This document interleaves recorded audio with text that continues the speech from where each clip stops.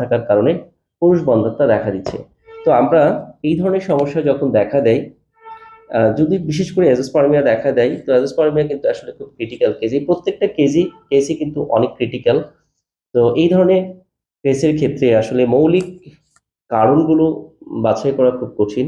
এ পর্যন্ত মৌলিক কারণ তেমন দেখা যায়নি। তো কারণগুলো কি আমরা তারপরেও আহ, আমরা বিভিন্নভাবে যে বিষয়টা জেনেছি যে এর পিছনে যে কারণগুলো আছে, সঠিক একেবারে স্পেসিফিক কোনো কারণ আমাদের সামনে এখনো আসে নাই। তবে আহ, সবচেয়ে স্পেসিফিক যেটা সেটা হচ্ছে অনিয়ন্ত্রিত জীবনযাপন যারা করে তাদের ক্ষেত্রে এই সমস্যাটা বেশি দেখা যাচ্ছে। অনিয়ন্ত্রিত জীবনযাপন কিরকম সেটা, সেটা হচ্ছে যাদের খাওয়া, ঘুম এবং যাদের মাদক সেবন এই ধরনের কাজগুলো যারা বেশি করে তাদের এই প্রবলেমগুলো দেখা যাচ্ছে। যারা রাত্রে ঘুমায় না, অধিক রাত পর্যন্ত জাগে, তাদের এই প্রবলেম হয়। এবং যারা অধিক পরিশ্রম করেন অথবা ঠান্ডা এবং গরমে দীর্ঘকাল